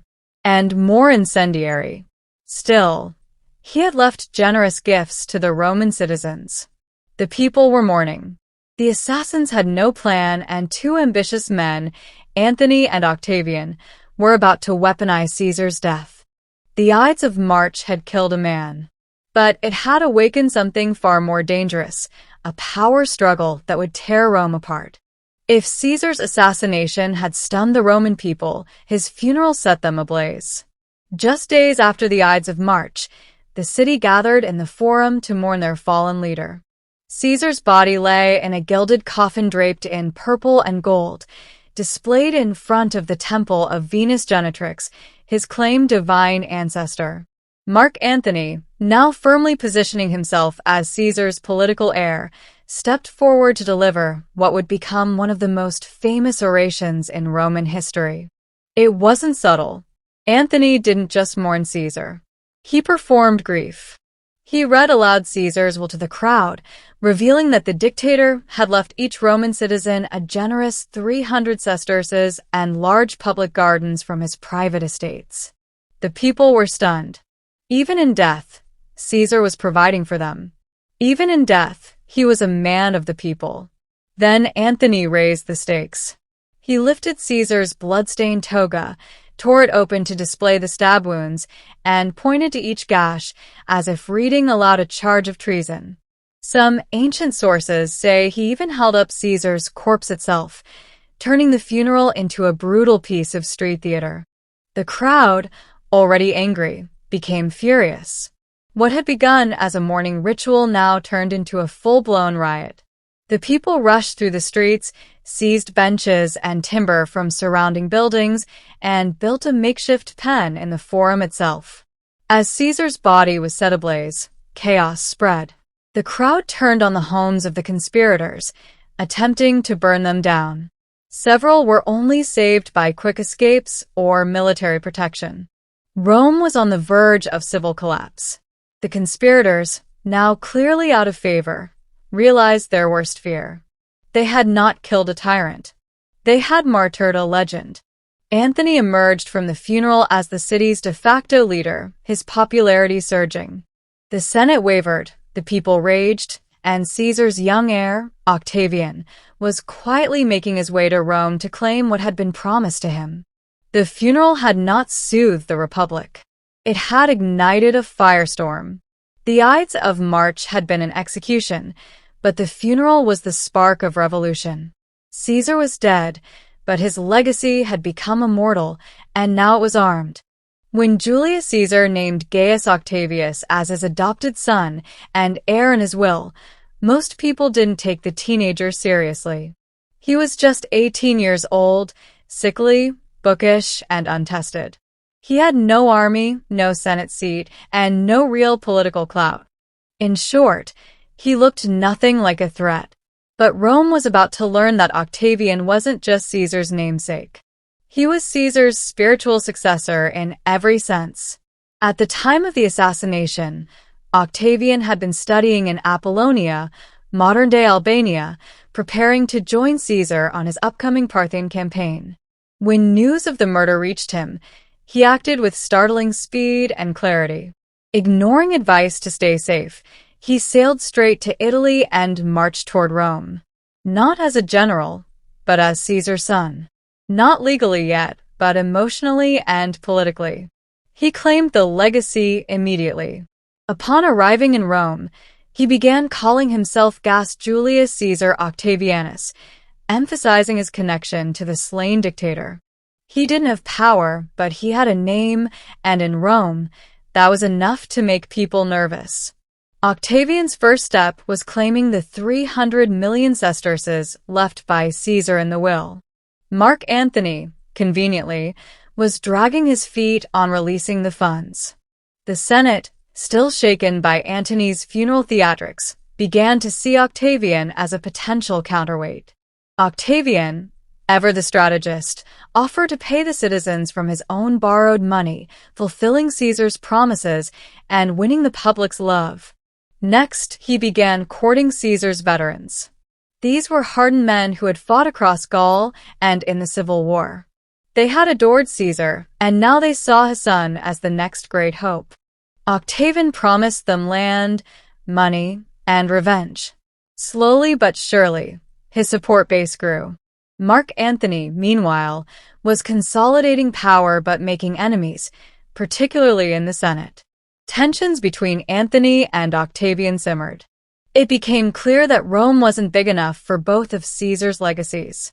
The Senate, ever opportunistic, began to shift its favor toward the young Octavian, hoping to use him as a blunt instrument to push Antony back into line. They underestimated him because Octavian wasn't just a grieving heir. He was a political prodigy, patient, calculating, and utterly ruthless.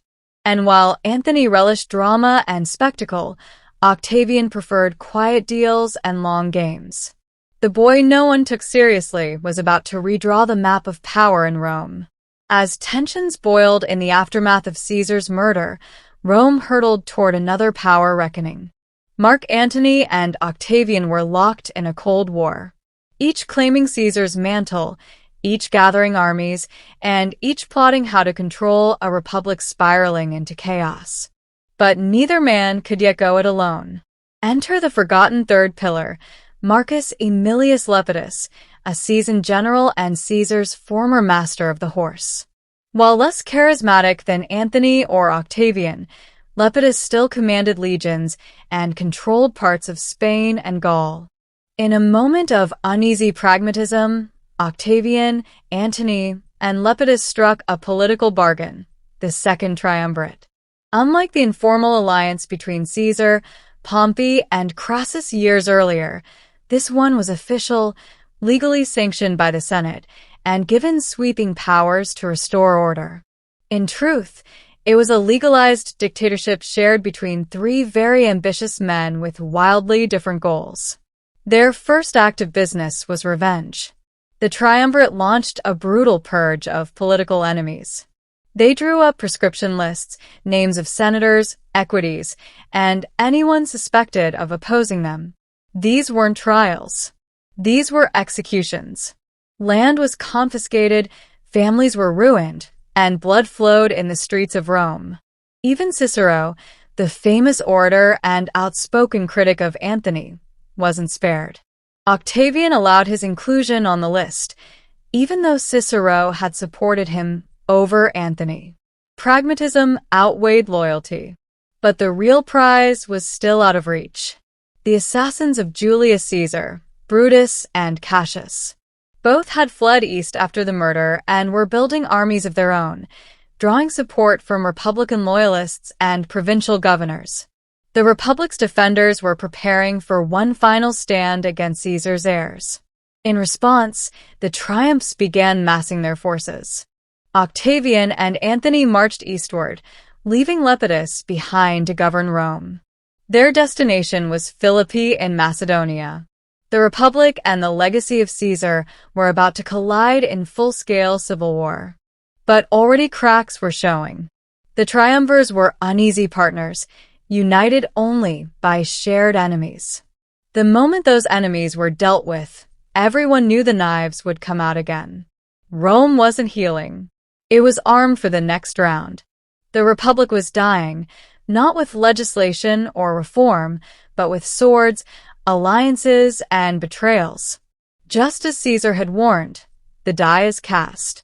In 42 BC, the fragile republic faced its final test on the plains of Philippi in northern Greece. On one side stood Brutus and Cassius, the lead conspirators in Caesar's assassination. They now commanded a combined force of nearly 100,000 troops backed by Republican senators and provincial allies. On the other side, the forces of the Second Triumvirate, Octavian and Mark Antony, united by vengeance and ambition. The stakes were colossal. This wasn't just about Caesar anymore. It was about the soul of Rome. Cassius and Brutus had the advantage of position and numbers. They fortified high ground and hoped to outlast their enemies. But Antony, the more seasoned general, proved aggressive and clever. On October 3rd, the first engagement broke out. Antony's forces broke through Casca's lines. Believing Brutus had also lost, Cassius committed suicide on the spot, using the same sword he'd once turned against Caesar. But Brutus held firm for a few weeks longer. On October 23rd, the second battle commenced. Brutus, without Cassius and now heavily outnumbered, made a final stand. His troops fought valiantly, but Antony's cavalry outflanked them. As his army crumbled, Brutus withdrew and, like his co-conspirator, took his own life. His final words were a mix of regret and duty. "Virtue, you were a mere name." The death of Brutus marked the symbolic death of the Roman Republic. The ideal of shared governance, checks and balances, and senatorial rule was buried alongside him. With the victory at Philippi, Antony and Octavian emerged as masters of Rome. But their alliance, already built on necessity more than trust, began to strain immediately. Antony lingered in the east, growing closer to Cleopatra, Queen of Egypt. Octavian returned to Rome, consolidating his power and framing himself as the defender of Roman values. Back in the capital, Octavian pushed land reforms to satisfy Caesar's veterans, reshaped the Senate, and positioned himself as the calmer, more stable voice in contrast to Antony's exotic escapades. The civil wars were not yet over, but the dream of the old republic was. The Senate was a ghost of its former self, and political power now belonged to those who commanded armies and loyalty. What began with the murder of one man had unraveled an entire system. The battlefield at Philippi didn't just bury Brutus and Cassius. It buried the Republic itself. With Brutus and Cassius dead and the Republic in ruins, Rome was left in the uneasy hands of two victors, Octavian and Mark Antony. But if history had taught the Romans anything, it was this. Power never stays shared for long. At first, the Second Triumvirate limped forward. Octavian ruled the West. Antony controlled the East, and Lepidus was pushed into political irrelevance. The two main rivals pretended at cooperation, but beneath the surface, they were maneuvering for total control. The breaking point came not in Rome, but in Alexandria, Egypt. Antony had become entangled both politically and romantically with Cleopatra VII, the powerful and ambitious Queen of Egypt. To many in Rome, this relationship was more than scandalous. It was treasonous. Rumors swirled that Antony intended to divide the Roman Empire among Cleopatra's children and even crown her as Queen of Rome. Whether true or not, Octavian seized the opportunity. He launched a relentless propaganda campaign, portraying Antony as a man seduced by the East, corrupted by luxury, and bent on destroying Roman traditions. Cleopatra was painted as a foreign temptress, manipulating Rome's destiny from afar. The Senate, nervous and eager to side with stability, backed Octavian. In 31 BC, the two titans clashed at the Battle of Actium, a naval showdown off the western coast of Greece.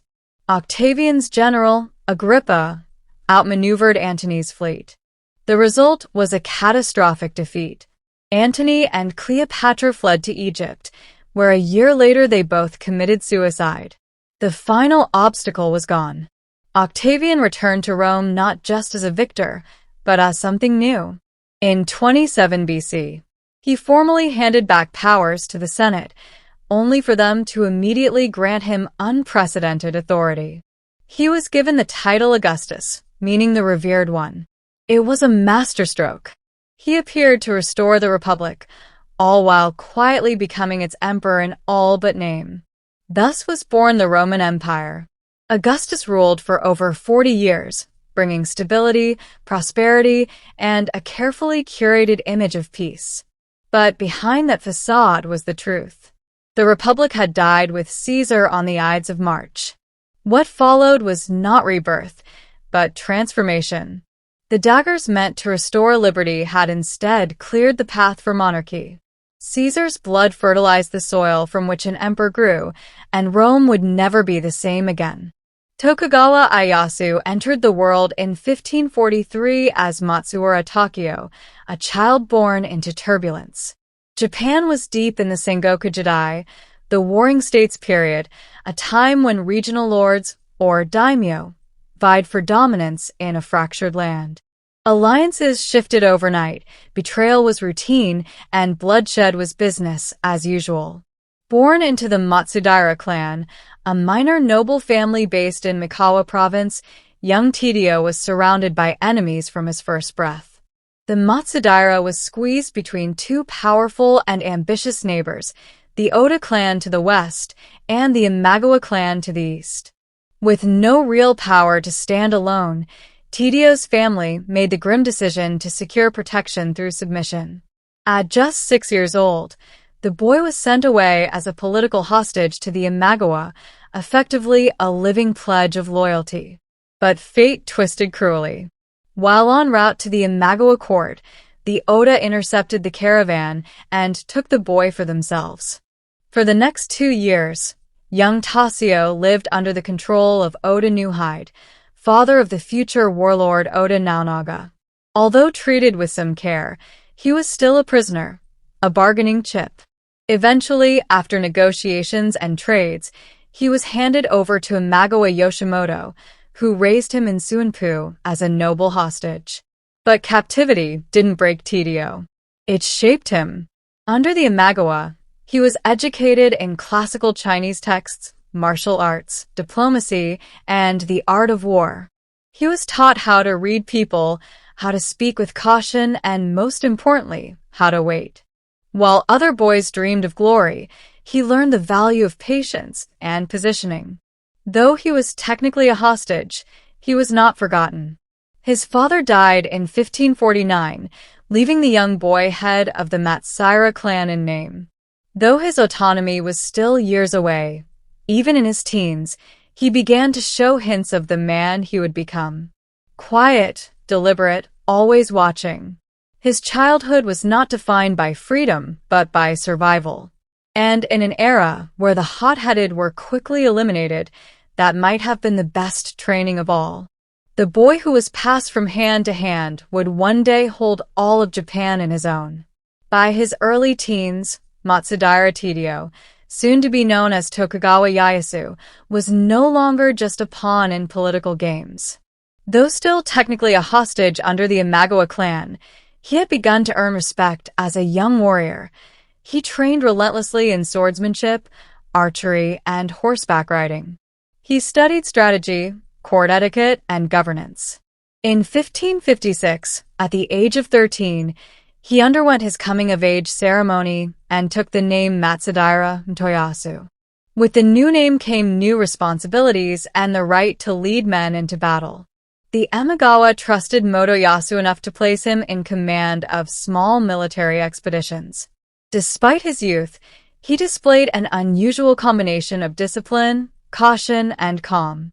He didn't seek glory in reckless charges. He preferred careful planning and decisive action. He was learning the art of war not through legend, but through experience. And in Sengoku, Japan, experience came with blood.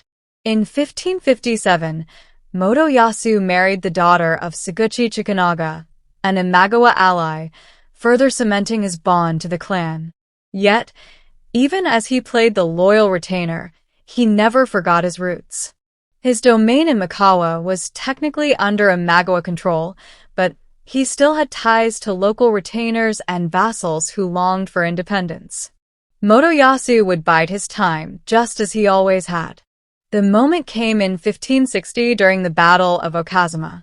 Imagawa Yoshimoto, confident in his growing power, launched an ambitious campaign westward, aiming to conquer Oda territory.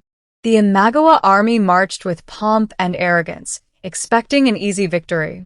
But young Oda Nobunaga, then a relatively unknown warlord, sprang a surprise attack in the midst of a thunderstorm and slaughtered Yoshimoto and his men.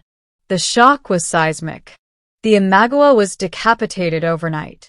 Their vassals, including Motoyasu, were left leaderless and vulnerable. But instead of panicking, Motoyasu made his move.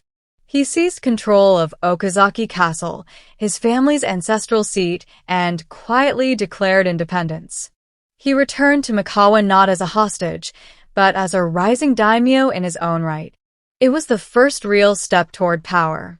He had survived being a hostage, served under a collapsing regime, and now emerged as a player in his own right. The slow, careful climb of Tokugawa Ieyasu had begun. With the fall of the Imagawa clan after the Battle of Okazuma, Matsudaira Motoyasu, now asserting his independence, stood at a dangerous crossroads. His tiny domain in Mikawa was vulnerable to both internal rebellion and larger hungry neighbors. But he didn't panic. He turned to an unlikely ally, the very man who had just destroyed his former overlord, Oda Nobunaga. In 1561, Motoyasu negotiated a formal alliance with New Naga. The terms were simple: mutual military support and recognition of each other's autonomy. As a sign of goodwill, Motoyasu even sent his son, Tokugawa Hidetada, to the Oda court as a political hostage, repeating the painful practice he had endured as a child. It was a reminder of just how fragile and transactional alliances were in Sengoku, Japan. To mark this new chapter in his life, Motoyasu adopted a new name, Tokugawa Ieyasu. The change wasn't just cosmetic. It connected him to an ancient and noble lineage, lending his rule a sense of legitimacy and destiny. It was a calculated move. The Tokugawa name would echo through history, but at this point, it was still an aspiration. Ieyasu spent the next 2 decades building his strength. While Nobunaga expanded rapidly, crushing rival clans and reshaping central Japan with fire and steel, Ieyasu took a more measured approach. He focused on consolidating Mikawa, instituting land reforms, calming rebellious vassals, and modernizing his army. His administration emphasized loyalty, discipline, and slow, steady development. Despite their differences in temperament, Nobunaga was brash and violent. Ieyasu, cautious and calculating, the alliance held firm. Ieyasu supported Nobunaga in campaigns against powerful enemies like the Toyota clan, even participating in pivotal battles such as Mikadagahara and Nagashino. But it wasn't all smooth sailing. The tension between their ambitions was always bubbling beneath the surface. Nobunaga was a man who devoured rivals and demanded obedience. Ieyasu, on the other hand, was building quietly, waiting for an opportunity to rise on his own terms. That opportunity came in 1582 when Akechi Mitsuhide, a disgruntled vassal, betrayed Nobunaga and forced him to commit suicide during the infamous incident at Hinnoji. Nobunaga was gone, and Japan was once again without a central power. Ieyasu didn't rush in. He retreated, reorganized, and watched. The pieces on the board were moving, and he, as always, would wait for the right time to strike.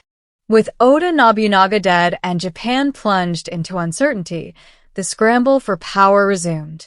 But among all the generals and warlords, one man moved faster and more ruthlessly than the rest: Toyotomi Hideyoshi.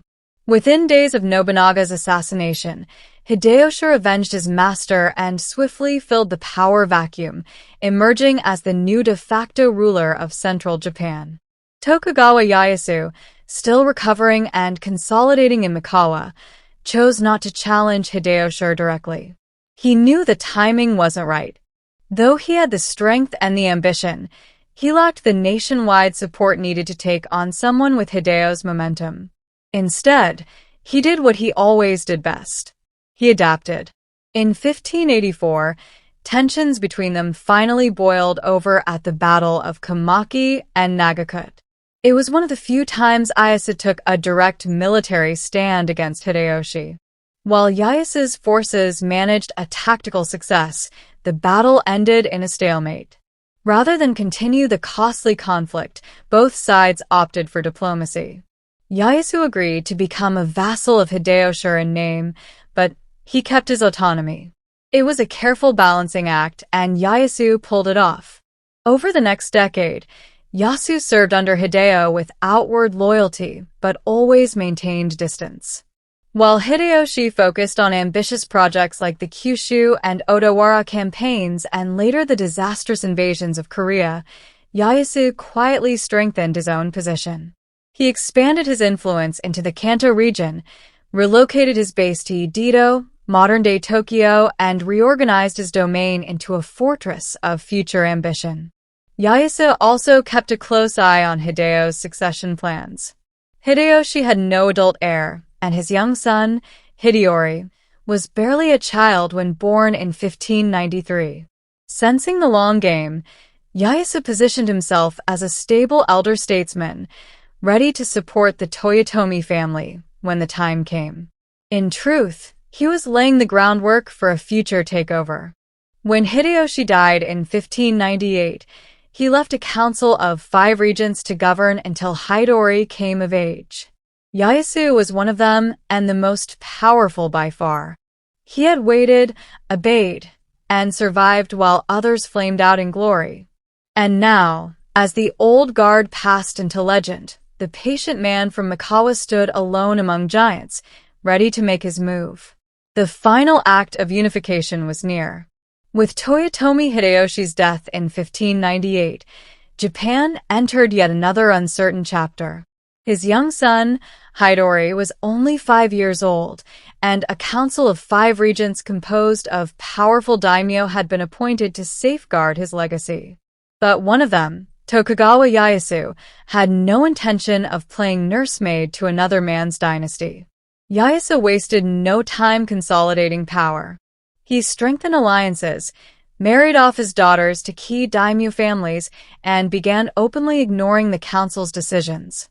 The balance of power shifted slowly, then suddenly, as more lords began siding with the Tokugawa. Ieyasu wasn't just the most senior of the regents. He was the wealthiest and most politically savvy, and everyone knew it. Meanwhile, opposition gathered behind Ishida Mitsunari, a loyalist to the Toyotomi cause and a court official with little battlefield experience, but plenty of ambition. Ishida accused Ieyasu of violating Hideyo's will and began rallying daimyo under a banner of defending the Toyotomi legacy. Many of these lords didn't particularly love Hideyori, but they fear him more. Lines were drawn. Japan was again hurtling toward civil war. In 1600, Ishida launched a preemptive strike, hoping to crush Tokugawa before he could fully mobilize. Ieyasu, ever patient, had anticipated this. He gathered allies under what would be known as the Eastern Army, while Ishida commanded the Western Army. Nearly 160,000 troops would face off in what would become the largest and most decisive battle in Japanese history. But Ieyasu had one more weapon: deception. He secretly negotiated with daimyo within Ishida's ranks, including Kobayakawa Hideaki, who was promised lands and rewards in exchange for betrayal. On the eve of the conflict, the future of Japan would hinge not just on swords, but on who could be convinced to switch sides at the right moment. As the armies gathered near a foggy crossroads in Sekihara, few could predict what the next day would bring. For some, it was a final stand for tradition. For others, it was just another civil war. But for Ieyasu, it was the culmination of 6 decades of survival, strategy, and sacrifice. If he won here, the dream he had quietly nurtured since childhood would finally become reality. Japan united under his rule. On October 21st, 1600, the misty plains of Sekigahara became the stage for the final thunderous act of Japan's age of civil war. Over 160,000 troops withstood a raid across the battlefield. Tokugawa Ieyasu's Eastern Army faced off against Ishida Mitsunari's Western Army. The stakes were nothing less than the future of Japan. Ieyasu, ever the strategist, had positioned his troops with care, anchoring his lines along a ridge and placing trusted allies at key points. But his real plan didn't hinge on tactics alone. He had spent weeks secretly negotiating with several of Ishida's commanders, dangling promises of land and titles. The most important of them all was Kobayakawa Hyaki, whose betrayal would tilt the balance. As the morning fog lifted, volleys of gunfire and showers of arrows marked the brutal beginning. The two armies clashed violently, with neither side gaining a clear edge. For hours, the battle teetered, blood soaking the fields and samurai clashing in desperate, chaotic duels. Ieyasu remained calm, waiting for the moment he had engineered. That moment came in the early afternoon. Kobayakawa, still perched on the sidelines with thousands of troops, had yet to commit. Ieyasu, frustrated, ordered his musketeers to fire on his position, not as an attack, but as a wake-up call. The message was clear: act now or be crushed. Kobayakawa made his move. His forces suddenly turned on the Western Army, slamming into the flank of Ishida's men. The effect was immediate and devastating. Panic spread, cohesion broke, and other wavering commanders followed suit. What had been a balanced battle turned into a slaughter. Ishida fled but was soon captured. Many of his allies were hunted down and executed. Those who survived lost their domains or were forced to submit to Tokugawa authority. The Eastern Army had triumphed, not just by numbers, but through timing, manipulation, and sheer psychological mastery. The victory at Sekira wasn't just a military win. It was the final nail in the coffin of the fractured Sengoku era. Ieyasu had eliminated his last major rivals. He didn't just win a battle. He seized control of Japan. Now he didn't have to wait anymore. The throne of power, long contested, was finally his. All that remained was to make it official. And Ieyasu, patient as ever, was ready to shape Japan into something new under his unshakable rule. Victory at Sekigahara gave Tokugawa Ieyasu control of Japan in practice, but not yet in title. For 2 years, he worked quietly behind the scenes, restructuring power, redistributing fiefs, and rewarding loyalty while punishing defiance. His most dangerous opponents were eliminated. The rest bent the knee. Yet Ieyasu knew that military dominance alone wasn't enough. He needed legitimacy. In 6003, the final reward came. At the age of 60, Ieyasu was officially appointed shogun, a barbarian-subduing great general, by the emperor in Kyoto. It was the same title that Minamoto no Yoritomo had held centuries earlier. But unlike his predecessors, Ieyasu had no intention of stepping down. He had not waited 6 decades to let go. Now, the Tokugawa shogunate was born.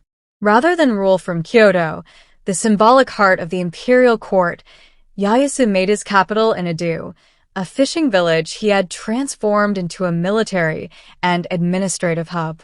Edo, modern-day Tokyo, would become the seat of power for the next 2.5 centuries. Ieyasu wasted no time building an infrastructure of control.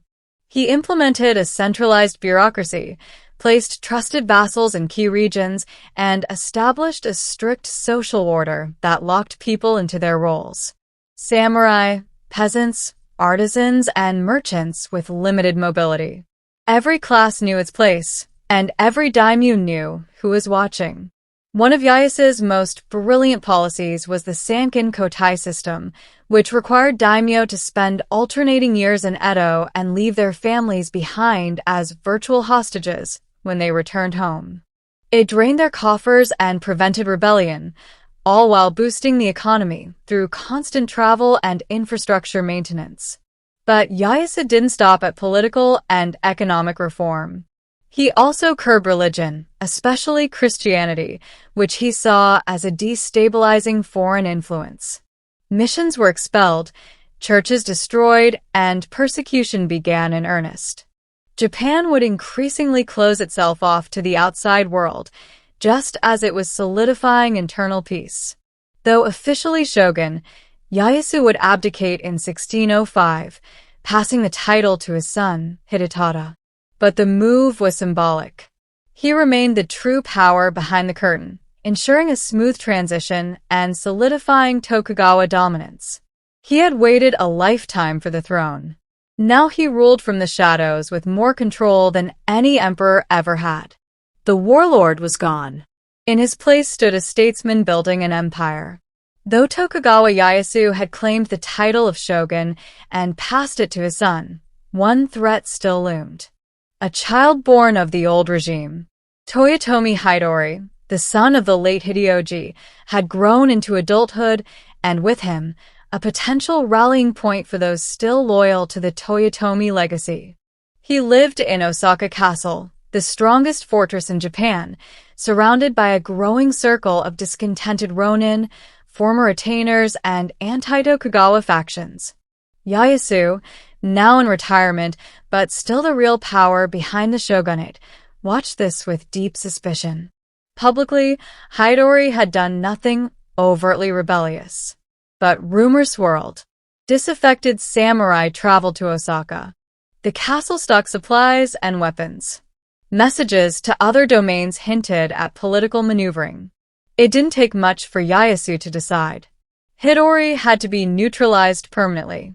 In 1614, the Tokugawa mobilized an army of over 200,000 troops and surrounded Osaka in what became known as the Winter Campaign.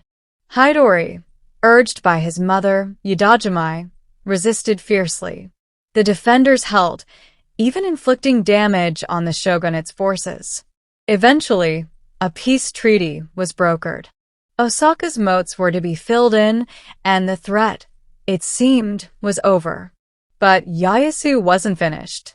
In 1615, he found a pretext to resume hostilities, claiming Hideyori had violated the truce by rebuilding defenses. The summer campaign began, and this time, there would be no truce. Tokugawa forces overwhelmed the castle's outer defenses and battered the fortress with cannon fire. In the final battle, Toyotomi Hideyori and his mother committed suicide as Osaka Castle burned around them. The Toyotomi lineage, once dominant, was extinguished in flames. The last serious threat to Tokugawa authority was gone. With the siege's end, Ieyasu's unification of Japan was complete. Not just militarily or politically, but symbolically. No more rival heirs. No more lingering loyalties to dead regimes. Just the Tokugawa standing alone atop the ashes of the Sengoku world. He had outlived his enemies. He had outmaneuvered rivals. And he had buried the last child of chaos beneath the ruins of a fortress once thought impregnable. The lesson was clear. There would be no second act for the civil war in Japan. Not while Tokugawa Ieyasu's system endured. In 1616, Tokugawa Ieyasu died at the age of 73. A remarkable age for a man who had survived decades of war, betrayal, and political gamesmanship. But his death didn't bring uncertainty. Quite the opposite. Ieyasu had engineered one of the most stable regimes in Japanese history. And when he passed, the system he built continued to function like a well-oiled machine. His son, Hidetada, had already succeeded him as shogun, and his grandson, Iemitsu, was being groomed to follow. Unlike the fragile lines of the Minamoto or Ashikaga before him, Ieyasu ensured that the Tokugawa dynasty would survive through institutions, not just personalities. Power wasn't passed with swords anymore. It was passed with rules, alliances, and legacy. Ieyasu's body was buried at Kanoan Toshogu but later reinterred at Nikko, where he was deified as Tasho Dagongan, the great incarnation of the light of the East. A sprawling, ornate shrine was erected in his honor, becoming one of the most sacred places in all of Japan. He wasn't just remembered as a shogun. He became a god, a symbol of order, longevity, and iron discipline. Under his successors, Japan entered the Edo period, a span of over 250 years of relative peace and stability. Foreign influence was sharply limited. Christianity was outlawed. The country was effectively sealed off in the policy of Sakoku, or national isolation. Trade was restricted. Social classes were frozen in place. It was not freedom, but it was peace. The samurai, once fierce warriors, became bureaucrats and administrators.